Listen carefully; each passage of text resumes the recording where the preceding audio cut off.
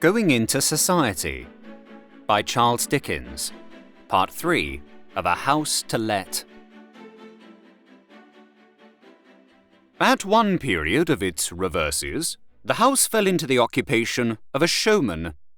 He was found registered as its occupier on the parish books of the time when he rented the house, and there was therefore no need of any clue to his name, but he himself was less easy to be found, for he had led a wandering life, and settled people had lost sight of him, and people who plumed themselves on being respectable were shy of admitting that they had ever known anything of him.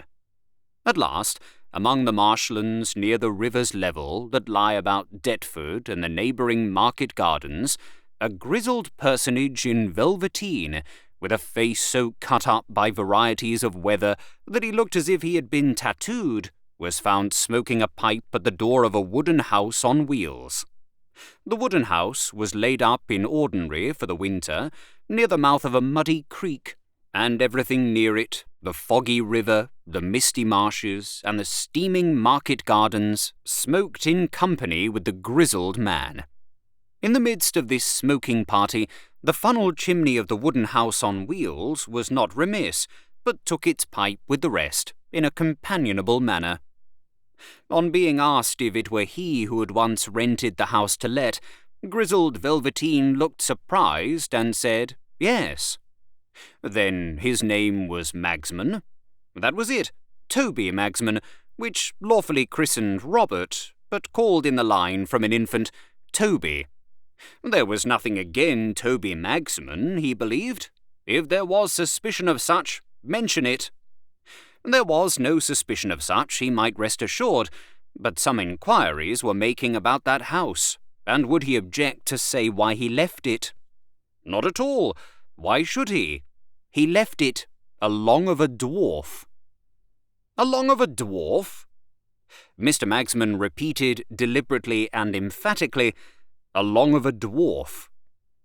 Might it be compatible with Mr. Magsman's inclination and convenience to enter, as a favour, into a few particulars?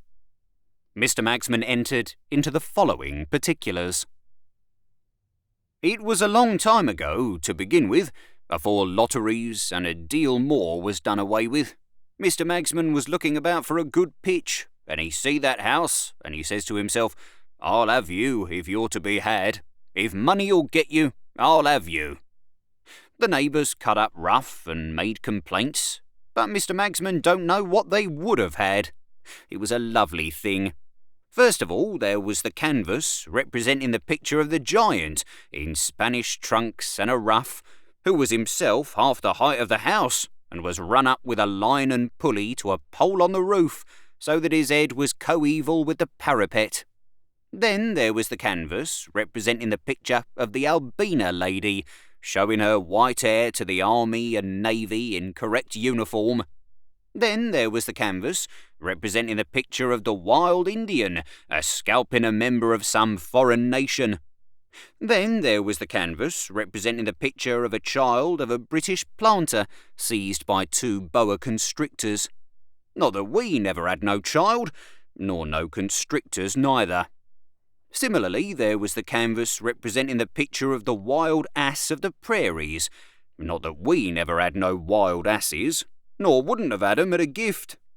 Last, there was the canvas representing the picture of the dwarf, and like him too, considering, with George the Fourth in such a state of astonishment at him as His Majesty couldn't with his utmost politeness and stoutness express.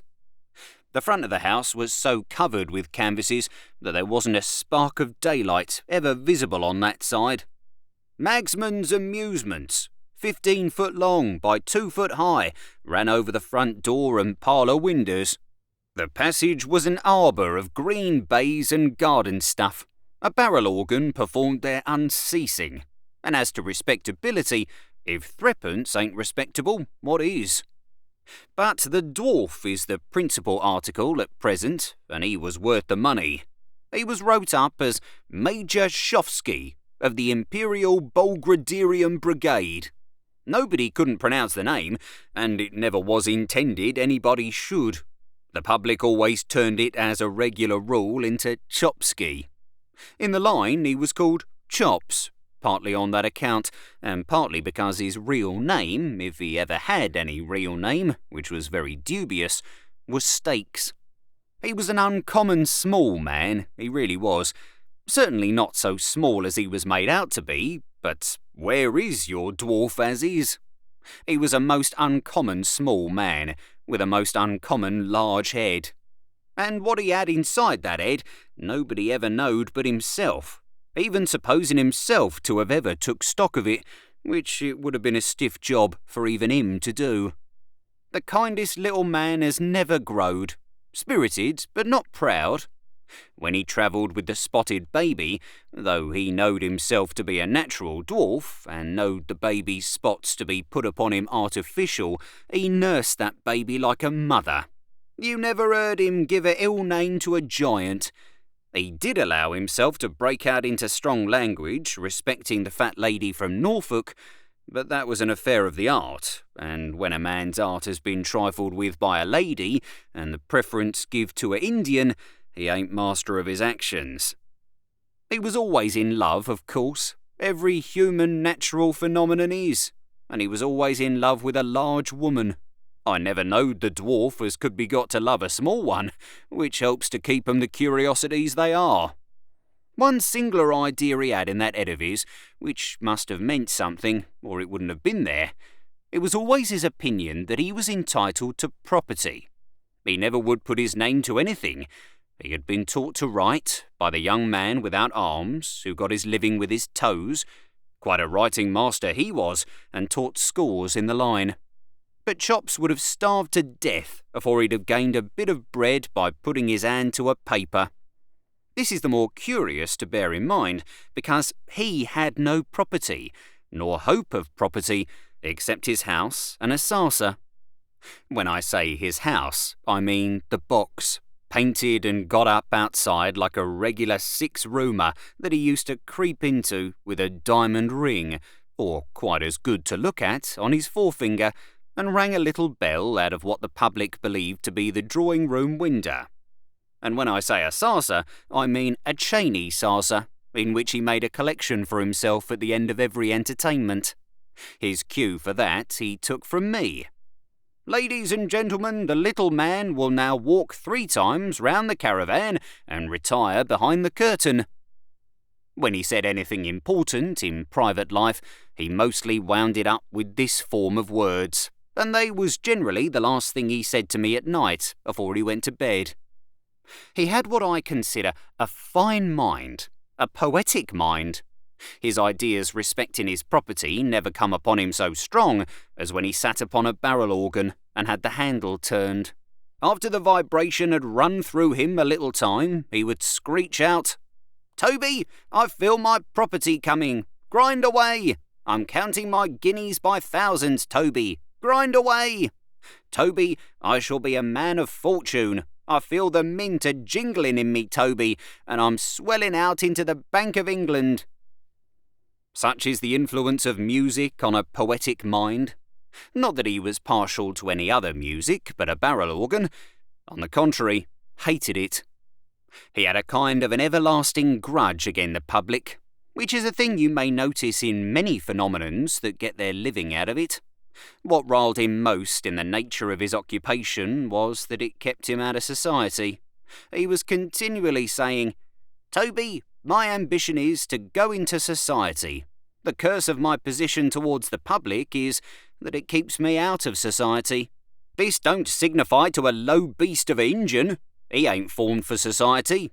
This don't signify to a spotted baby. He ain't formed for society. I am."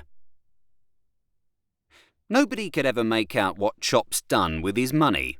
He had a good salary, down on the drum every Saturday as the day came round, besides having the run of his teeth, and he was a woodpecker to eat. But all dwarves are. The sarser was a little income, bringing him in so many halfpence that he'd carry 'em for a week together, tied up in a pocket handkerchief. And yet he never had money.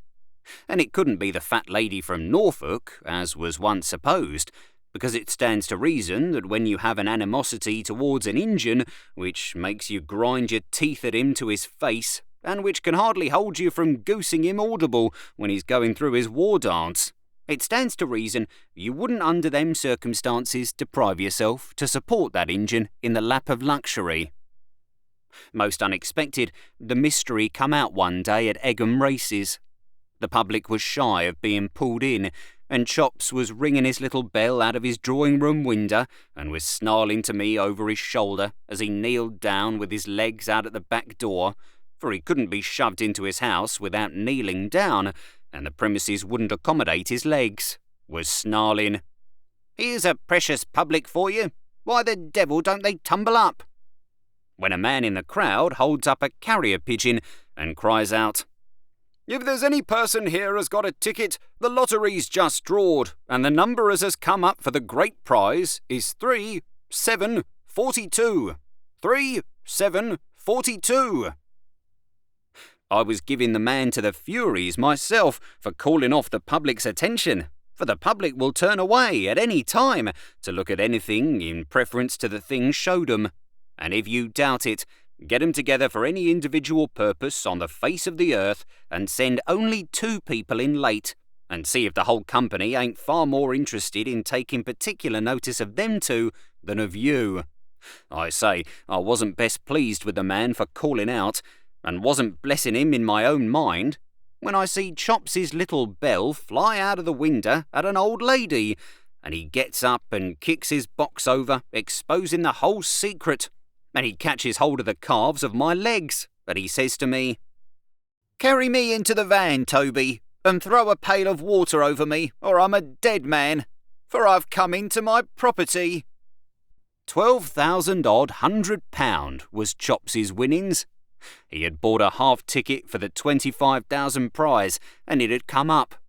The first use he made of his property was to offer to fight the wild Injun for £500 a side, him with a poisoned darning needle and the Injun with a club.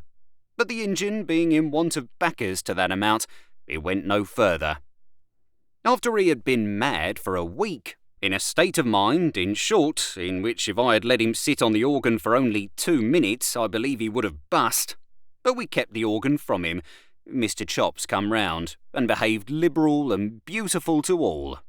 He then sent for a young man he knowed, as had a very genteel appearance, and was a bonnet at a gaming booth, most respectable brought up, father having been imminent in the livery stable line, but unfortunate in a commercial crisis through painting an old grey ginger bay and selling him with a pedigree. And Mr. Chop said to this bonnet, who said his name was Normandy, which it wasn't, "Normandy, I'm a-going into society. Will you go with me?" Says Normandy, "Do I understand you, Mr. Chops, to intimate that the whole of the expenses of that move will be borne by yourself?" "Correct," says Mr. Chops, "and you shall have a princely allowance too." The bonnet lifted Mr. Chops upon a chair to shake hands with him, and replied in poetry, with his eyes seemingly full of tears, "My boat is on the shore, and my bark is on the sea, and I do not ask for more, but I'll go along with thee." They went into society in a shay and 4 greys with silk jackets. They took lodgings in Pall Mall, London, and they blazed away. In consequence of a note that was brought to Bartlemy Fair in the autumn of next year by a servant, most wonderful got up in milk-white cords and tops, I cleaned myself and went to Pall Mall, one evening appointed.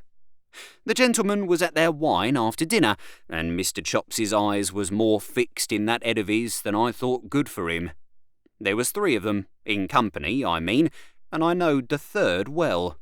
When last met, he had on a white Roman shirt and a bishop's mitre covered with leopard skin, and played the clarionet all wrong in a band at a wild beast show. This gent took on not to know me, and Mr. Chop said, "Gentlemen, this is an old friend of former days." And Normandy looked at me through an eyeglass and said, "Magsman, glad to see you," which I'll take my oath he wasn't. Mr. Chops, to get him convenient to the table, had his chair on a throne, much of the form of George IV's in the canvas. But he hardly appeared to me to be king there in any other point of view, for his two gentlemen ordered about like emperors. They was all dressed like May Day, gorgeous, and as to wine, they swam in all sorts. I made the round of the bottles, first separate, to say I had done it, and then mixed 'em all together, to say I had done it, and then tried two of 'em as half and half, and then t'other two. Altogether I passed a pleasing evening, but with a tendency to feel muddled, until I considered it good manners to get up and say, "Mr. Chops, the best of friends must part. I thank you for the variety of foreign drains you have stood so handsome. I looks towards you in red wine, and I takes my leave." Mr. Chops replied, "If you'll just hitch me out of this over your right arm, Magsman, and carry me downstairs, I'll see you out."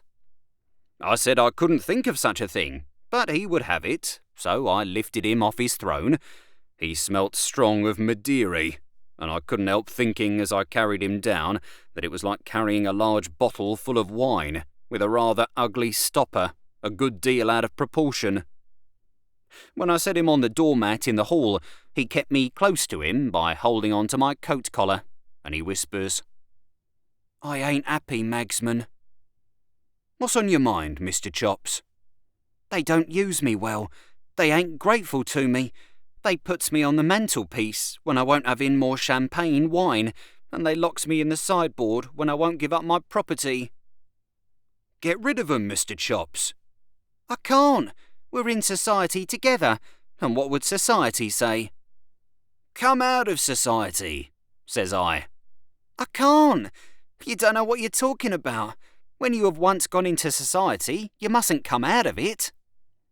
"Then if you'll excuse the freedom, Mr. Chops," were my remark, shaking my head grave, "I think it's a pity you ever went in."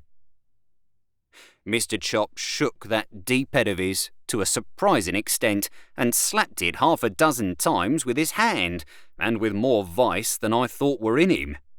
Then he says, "You're a good fellow, but you don't understand. Good night. Go along.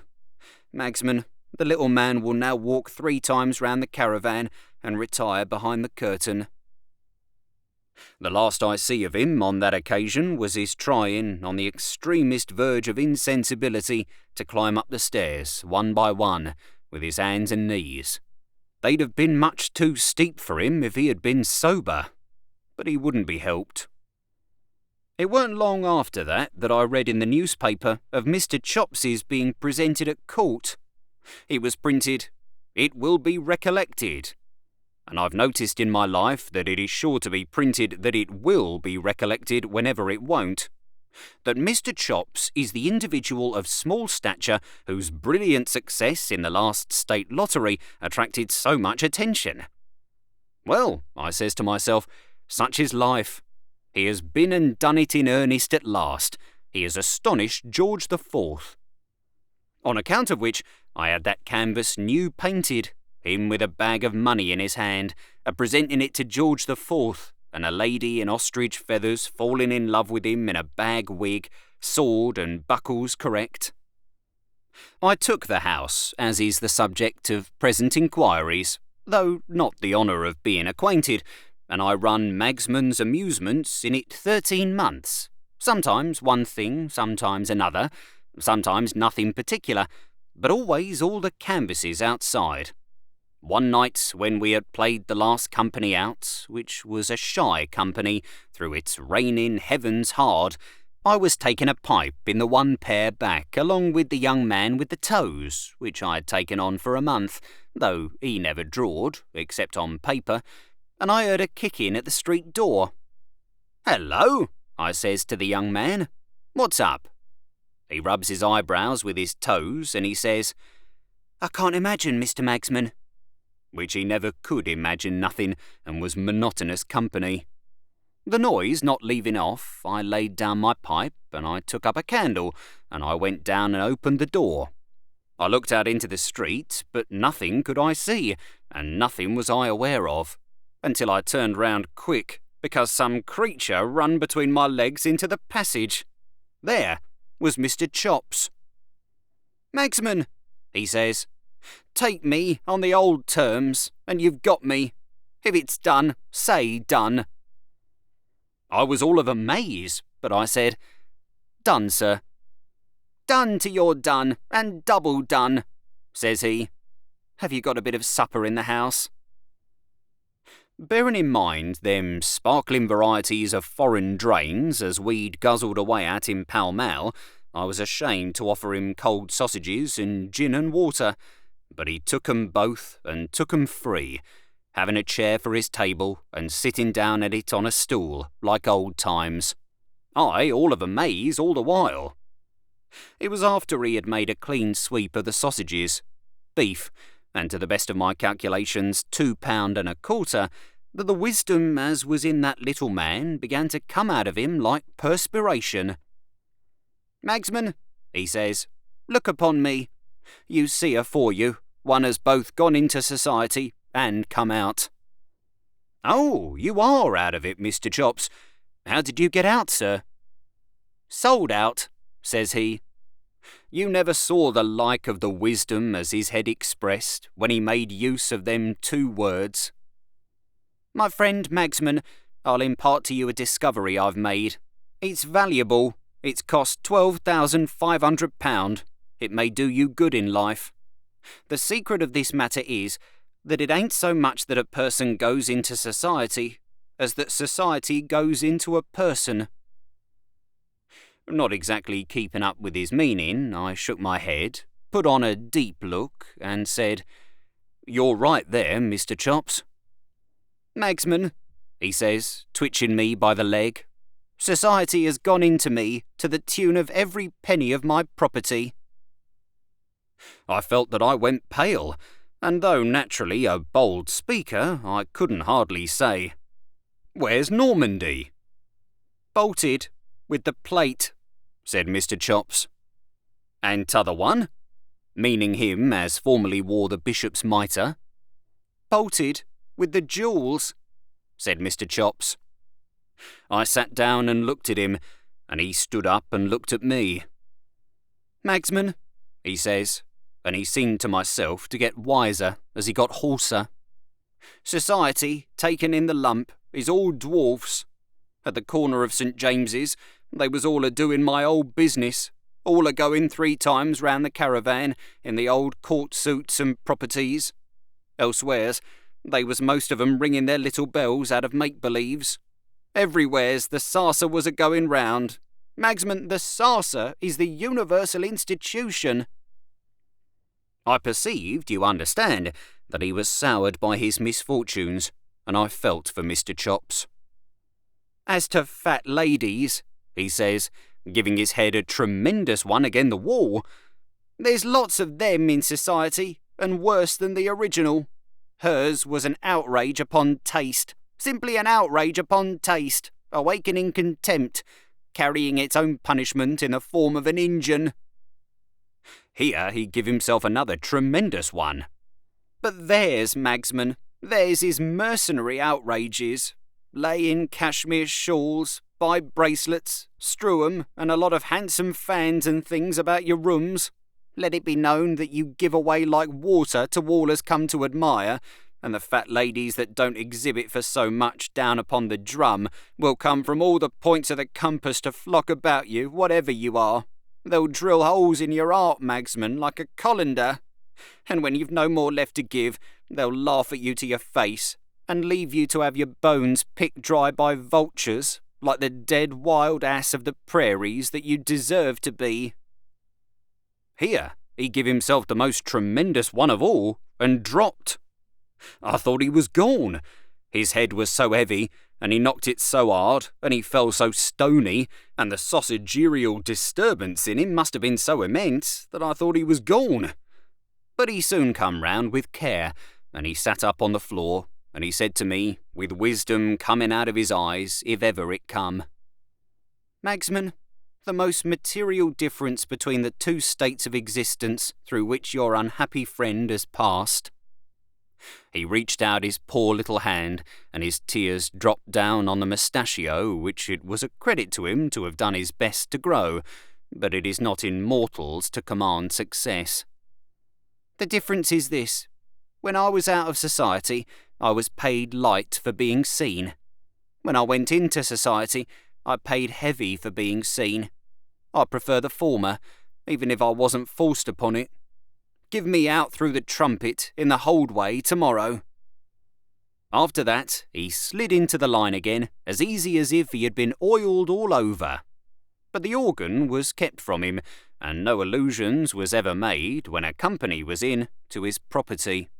He got wiser every day. His views of society and the public was luminous, bewildering, awful, and his head got bigger and bigger as his wisdom expanded it. He took well, and pulled 'em in most excellent for 9 weeks. At the expiration of that period, when his head was a sight, he expressed one evening, the last company having been turned out and the door shut, a wish to have a little music. "Mr. Chops," I said. I never dropped the Mr. with him. The world might do it, but not me. "Mr. Chops, are you sure as you were in a state of mind and body to sit upon the organ?" His answer was this: "Toby, when next met with on the tramp, I forgive her and the Injun, and I am." It was with fear and trembling that I began to turn the handle, but he sat like a lamb. It will be my belief to my dying day that I see his head expand as he sat. You may therefore judge how great his thoughts was. He sat out all the changes, and then he come off. "Toby," he says with a quiet smile, "the little man will now walk 3 times round the caravan and retire behind the curtain."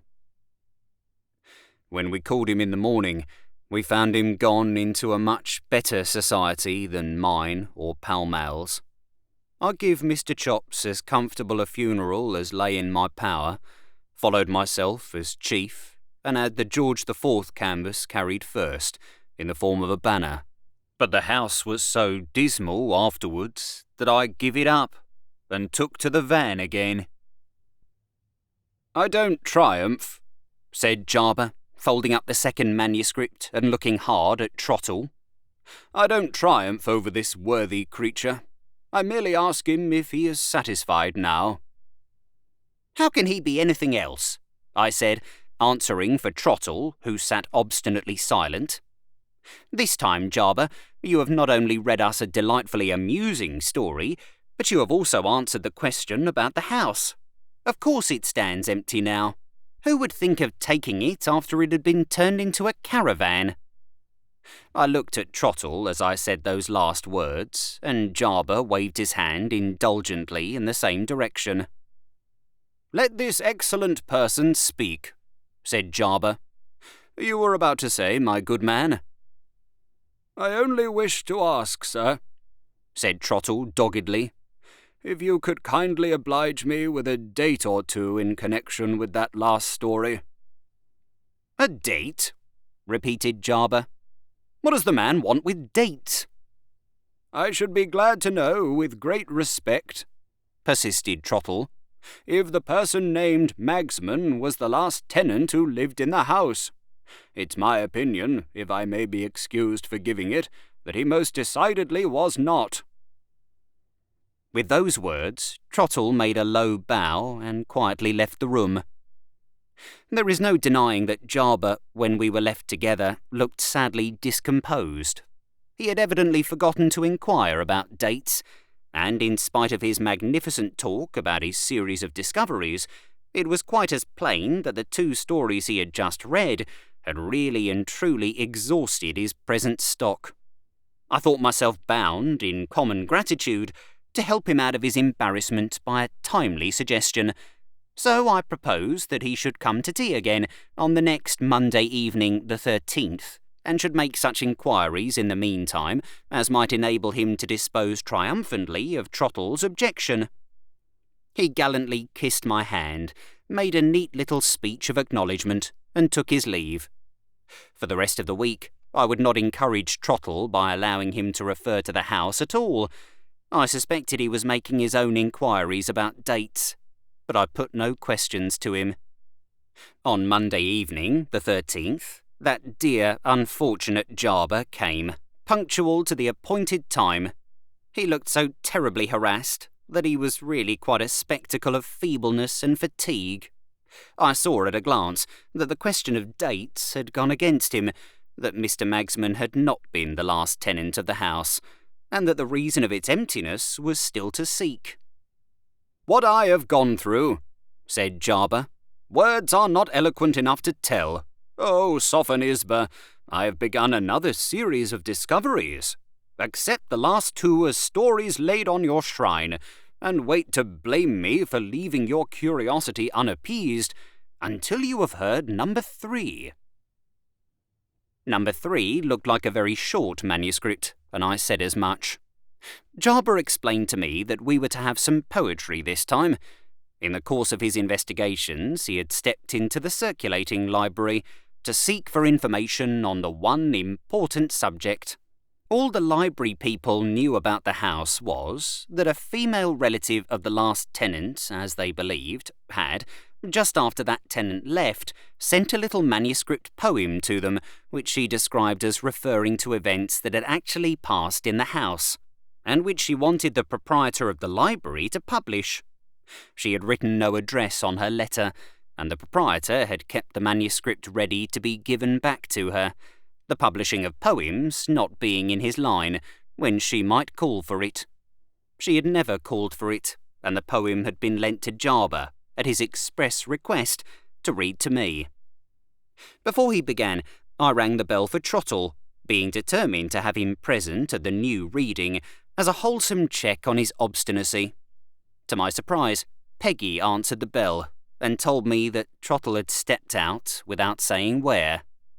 I instantly felt the strongest possible conviction that he was at his old tricks, and that his stepping out in the evening without leave meant philandering. Controlling myself on my visitor's account, I dismissed Peggy, stifled my indignation, and prepared, as politely as might be, to listen to Jarber. Thank you for listening to Going into Society by Charles Dickens, Part 3 of A House to Let. If you have enjoyed this audiobook, please consider subscribing and leaving a like to help in the making of future audiobooks.